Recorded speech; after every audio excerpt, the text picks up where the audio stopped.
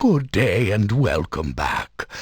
Have you been enjoying your adventures around here? Good day and welcome back.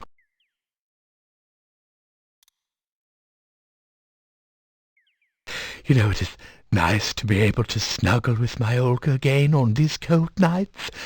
Thank you for getting us back together. Come back again sometime. It's good to have someone to talk to, besides myself.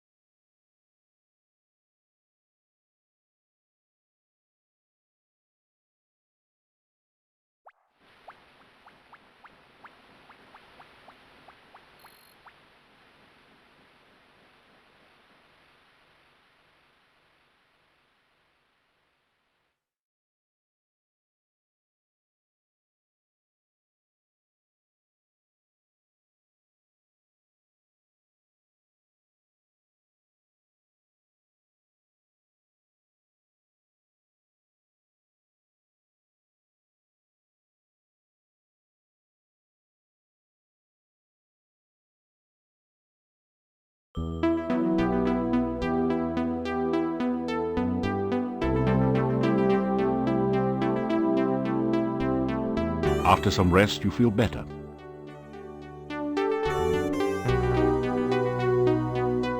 After some rest, you feel better.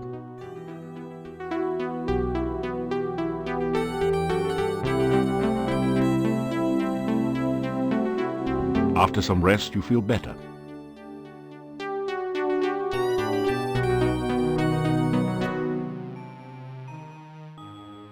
A glowing, magical staff floats above the clearing.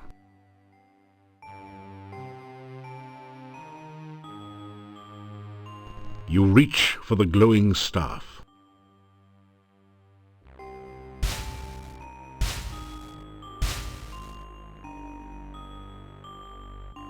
You have been tempted by a mere illusion, but there is a true staff in Mordavia, the Staff of Irana. Before the staff may be claimed, there must be a sacrifice made. One life for that of another. You must bring about that sacrifice. Once you have completed the sacrifice, you will need to perform the ritual of release, which you can use to free the staff from its confinement. I will teach you this ritual. In return, you must come back here when you have Irana's staff. You are suddenly filled with the knowledge of the ritual of release, a spell of breaking magical bonds.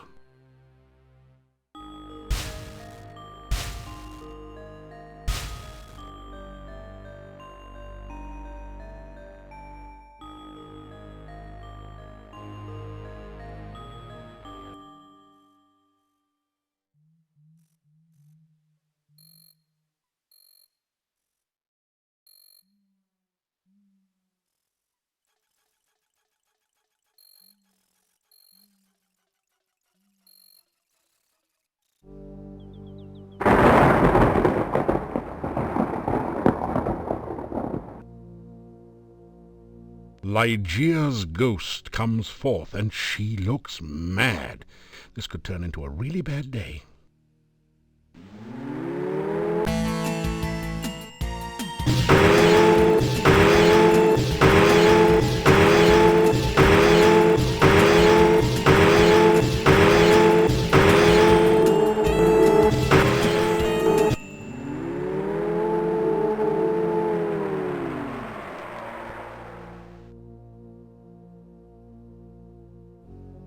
Now that you've sent Ligeia's ghost into another realm, nothing of interest remains in this tomb.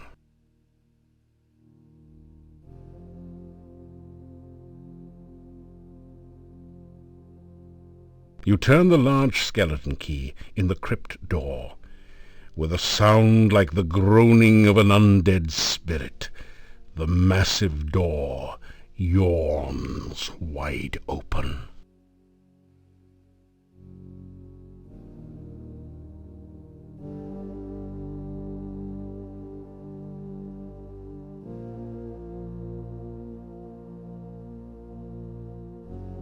The small key from the crest opens a lock in the relief. You open the coffin lid to reveal a dark passageway leading deep into the mountainside.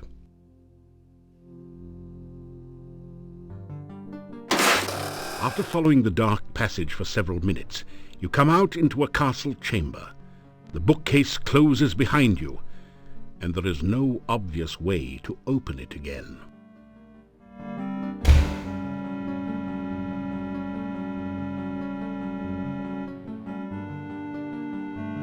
The door hinges squeak in protest as you open the door.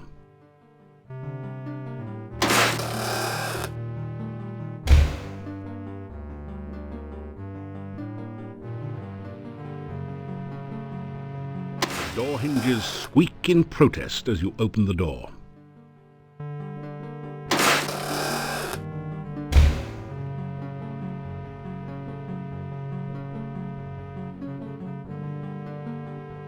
The door hinges squeak in protest as you open the door.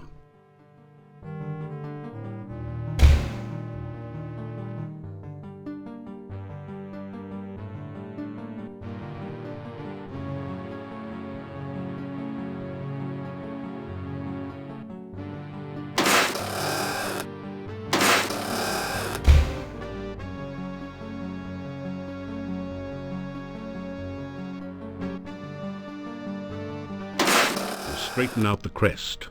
The bookshelf opens, revealing a secret passage.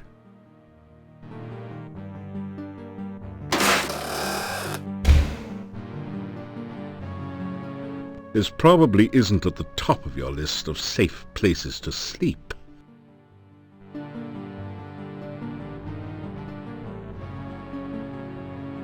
door hinges squeak in protest as you open the door.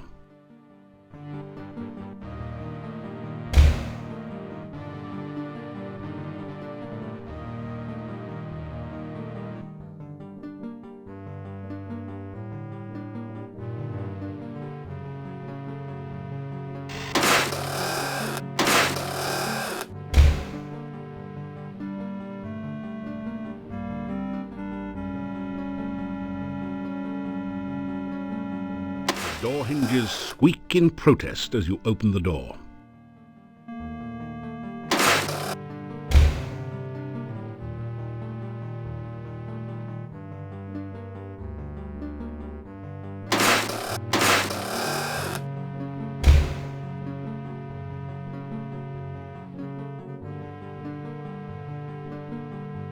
The door hinges squeak in protest as you open the door.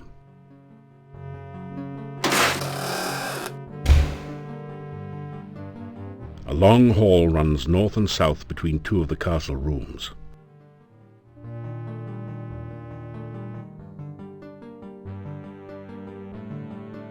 The door hinges squeak in protest as you open the door. This room, somewhere in the northeastern section of the castle, is dominated by a huge set of bookshelves. One of the boyars must have loved reading. The bookshelves are full of incredibly exciting works, such as 250 years of boyar ledgers and first-grade writing samples. Stained glass forms a wheel pattern high on the wall.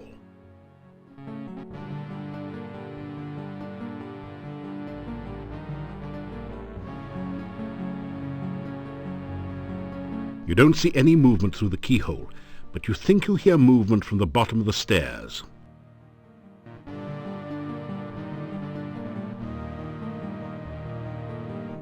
All you can hear are distant creaks and groans and the beating of your own heart.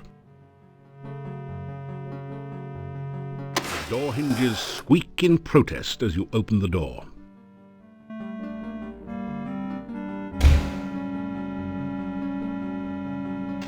I heard something. Did you hear something? Nah, nobody ever comes here. People wants to get out of the dungeon, not into it. You hear voices at the bottom of the stairs.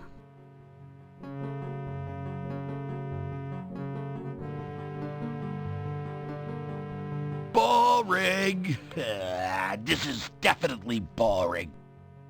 Hey, dungeons is always guarded, and we's the guards. But why guard a dungeon when there's no one in there? We got to guard something, don't we? Else we don't got the job. Well, it's still boring.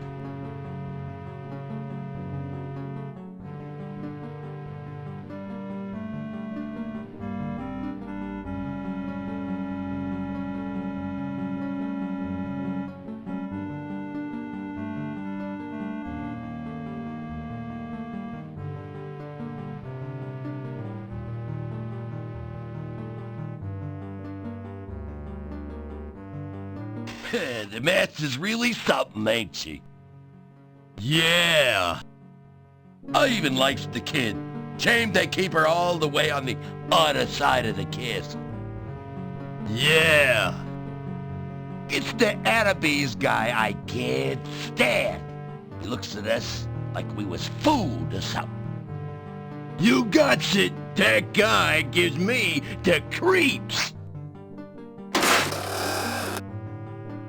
Door hinges squeak in protest as you open the door.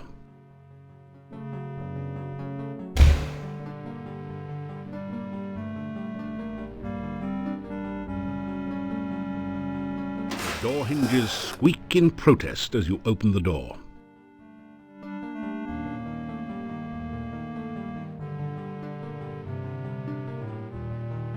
Door hinges squeak in protest as you open the door.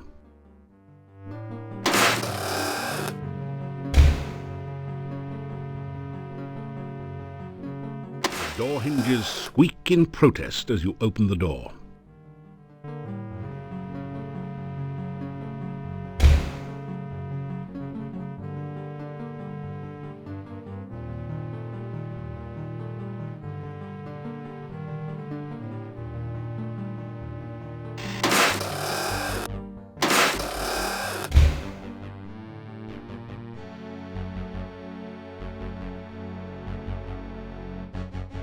Door hinges squeak in protest as you open the door.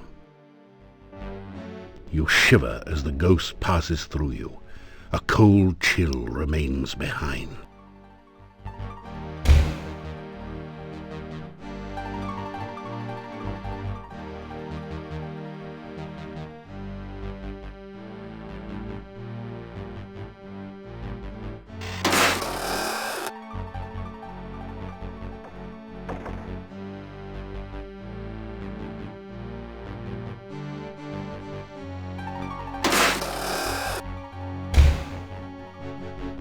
You are in a storage room just to the west of the Great Hall. Stairs lead up to each of the doors, and barrels lie heaped against the north wall. There are a number of large barrels piled in a disorderly heap. The barrels are all empty. There's nothing useful you can do with them.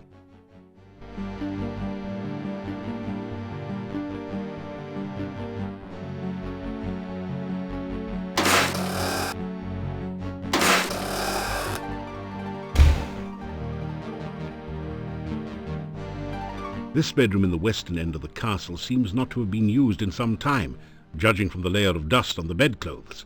The window on the west wall has been mortared over and admits no light. It's a massive iron-bound chest.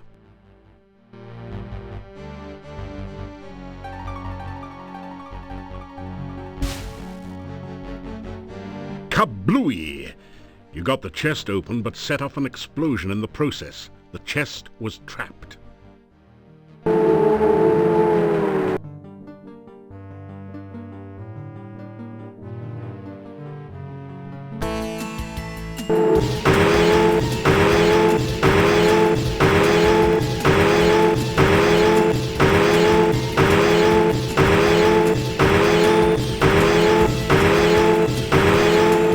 Finally, the wraith vanishes under the force of your onslaught.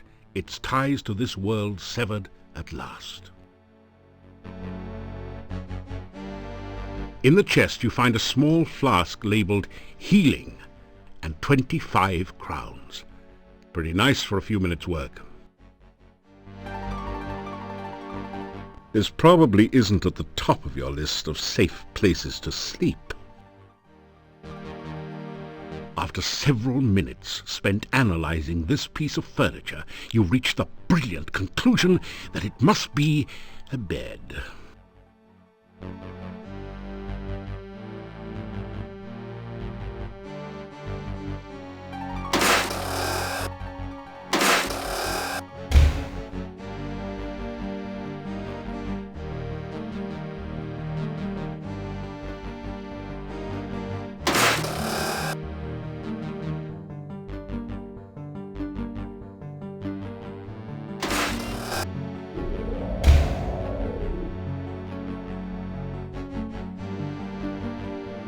You shiver as the ghost passes through you.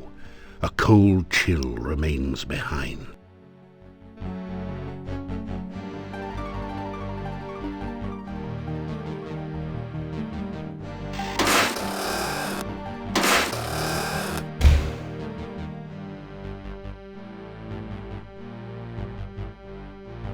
The door hinges squeak in protest as you open the door.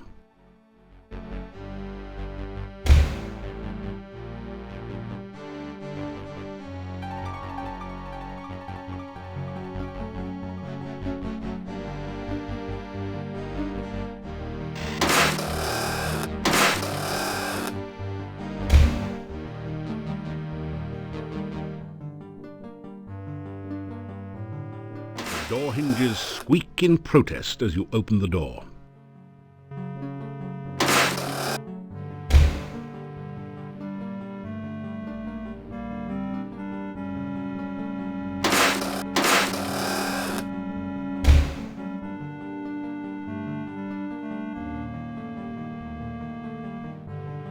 Door hinges squeak in protest as you open the door.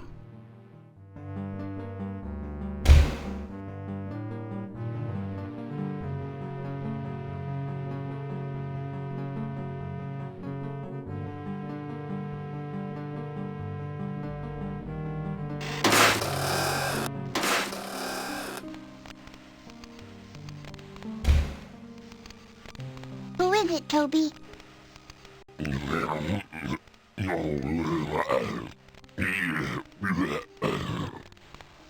He came to visit while I was sleeping? Did you ask him what he wanted? Well then, ask him now.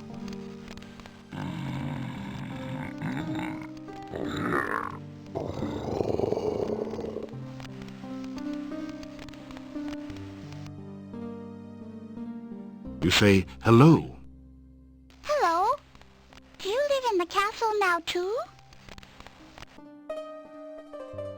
You tell about yourself. I never met a real hero before. Why'd you come here? You start to tell what you're doing here.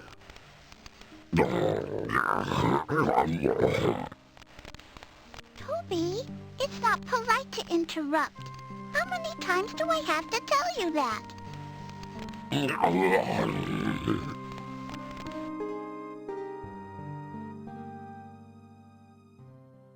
Toby's my best friend. We play games and tell stories, and I never had a real friend before.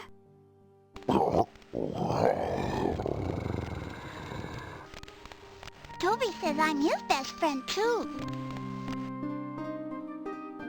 My name is Tanya, and this is Toby.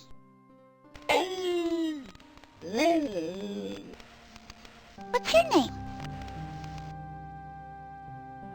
My Mommy and Daddy don't like me anymore. I did something bad, and now they don't want to see me ever again. Sometimes I miss my Mommy and Daddy.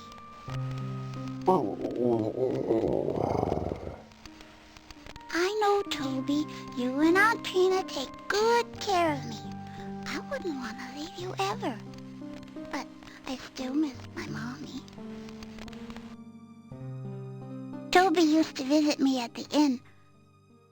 My Mommy and Daddy would not like it if they saw Toby. They wouldn't let me play with him, so I didn't tell them about him. One day, Toby brought me a beautiful doll. I never had a real doll before. I named her Vanna. But when my mommy saw Vanna, she got real mad. She tried to make me tell about Toby. My mommy and daddy yelled at me. They scared me. They took Vanna away, and they wouldn't let me see her ever again. I didn't want them to do that to Toby, so I ran away with him. Aunt Trina says my mommy and daddy won't like me now. She says they will be scared of me like they were scared of Vanna. I don't want my mommy and daddy scared of me. I will never go back again.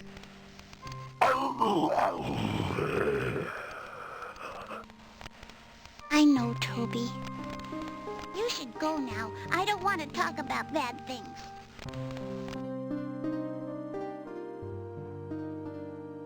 That's a scary thing. That's how come we always used to have garlic all around at the inn. Mommy and I used to braid the garlic and put it up all over the place to keep out the bad things. I don't like the smell of garlic. I had to wear garlic around my neck all the time. Now I have a pretty necklace instead. See? Isn't it pretty? The necklace is on a choker chain, completely covering the little girl's throat. A long time ago, I used to live at the inn. But now I get to live here. I don't have to be afraid of the bad things all the time. Now I have Toby to protect me. This is where I live now. I have this whole room to myself and Toby. Sometimes I get to go to the hall with Aunt Trina and play with Cuddles. Cuddles is Aunt Trina's pet hound. He's my friend, too. Aunt Trina says she will be my friend and take care of me. I like her. She gives me nice things. She sent Toby to me. She says I'll be her little girl forever and ever. That's the place with the big fireplace and all the fancy statues. Sometimes I dance for Aunt Trina there. It's fun. Except when the dark man is there. I don't like him. I don't like the dark man. I wish Aunt Trina never brought him here. Mean. I stick out my tongue at him all the time.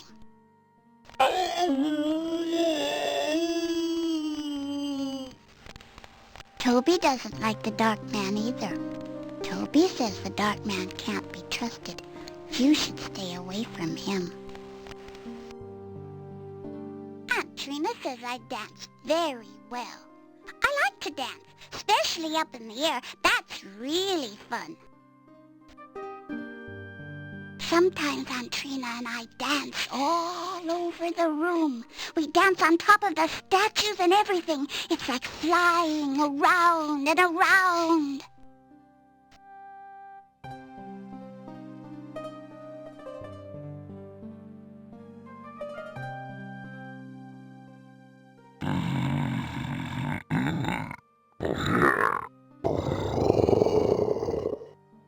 Toby says you ask too many questions and you need to go away now.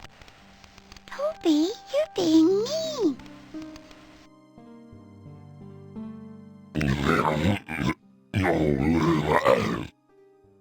Toby says he's here to protect me and make sure no one will hurt me.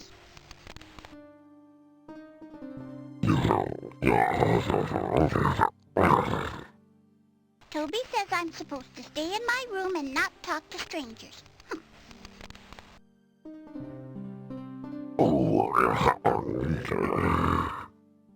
Toby says that we live in the castle and you should go away. Toby, it's not nice to tell people to go away. You're supposed to ask them to go.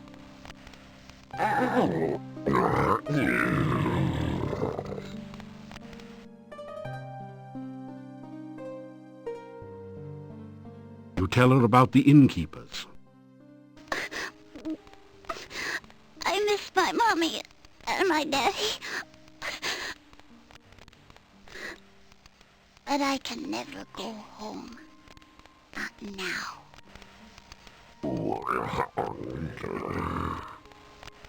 Toby says this is my home now.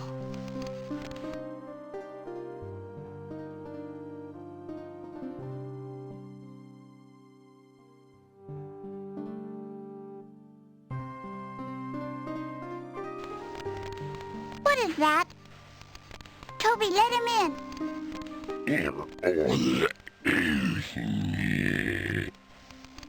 Toby, he has our dolly.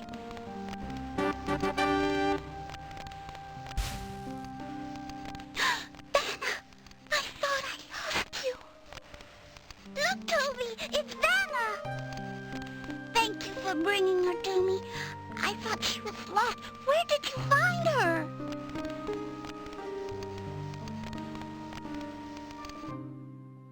Toby gave her to me. Mommy didn't like her. She kept trying to make me tell where I got Vanna from. Mommy wouldn't let me play with her. I was afraid Mommy wouldn't let me play with Toby anymore. Toby was my only friend. I didn't want my mommy to make Toby go away.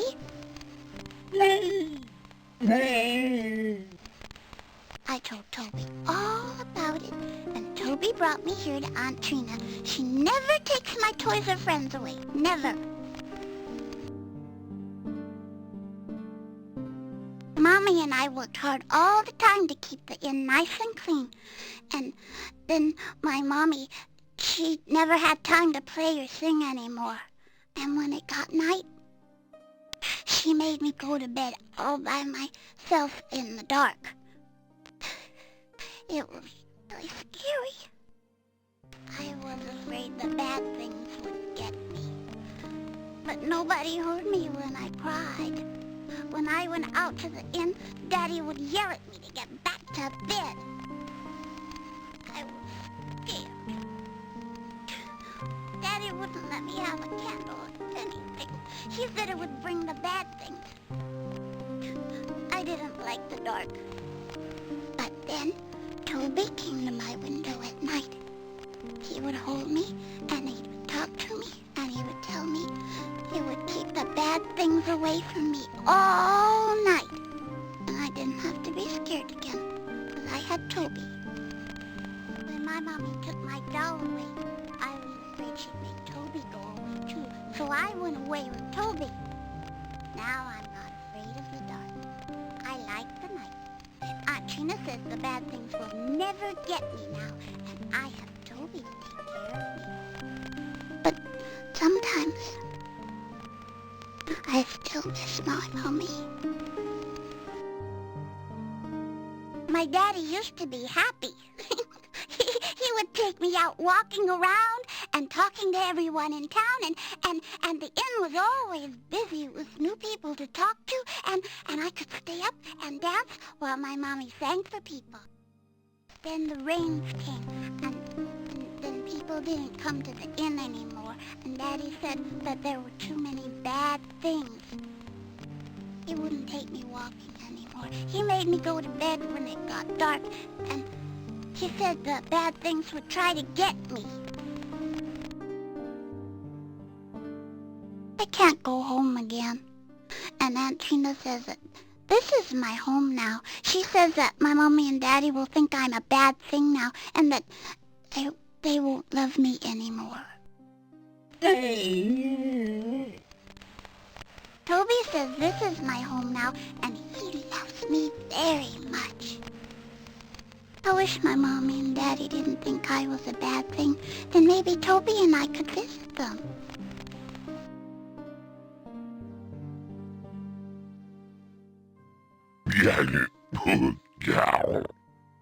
Toby says Aunt Trina is his master. She sent Toby to be my friend so I would never have to be afraid of the night again. Yeah.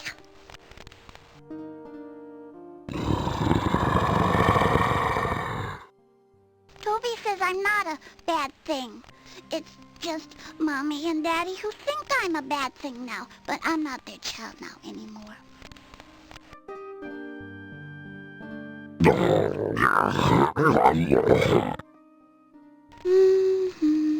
Toby says I have to stay in the castle. People might get scared and try to hurt me in the town. And I have to go to bed in the daytime now.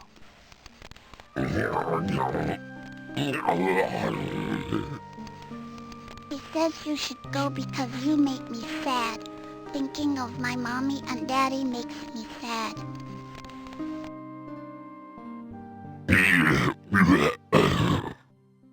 Toby says he wants me to be happy and he'll do anything for me. He says he'd take me back to the inn, but someone would try to hurt me, so he won't.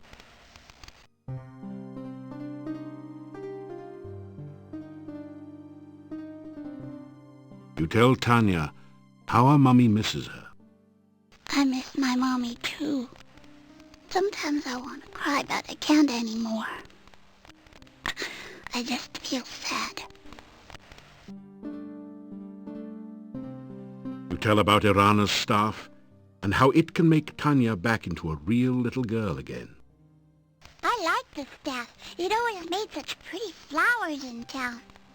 You say it will make me all better and I won't be a bad thing anymore? You nod your head. Oh, Toby, I can see my Mommy and Daddy again.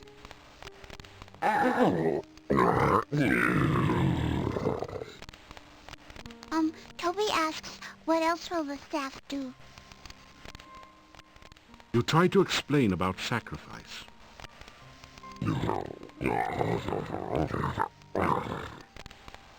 Toby says he understands. He says you should take us to the staff now, so I can be with my Mommy and Daddy again. Oh, it feels weird here. Kinda happy. Icky. I'm scared.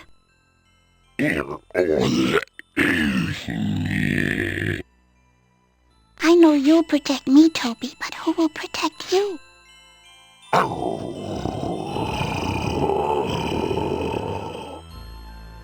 Okay, Toby.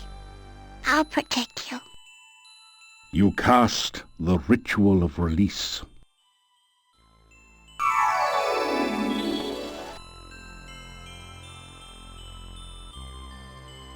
The sacrifice of life for love. Your love for the child is great. You see Toby silently nod his head. Will you trade your life to give life to the child? Will you die willingly for the one you love? No, Toby, no! So shall the sacrifice be done.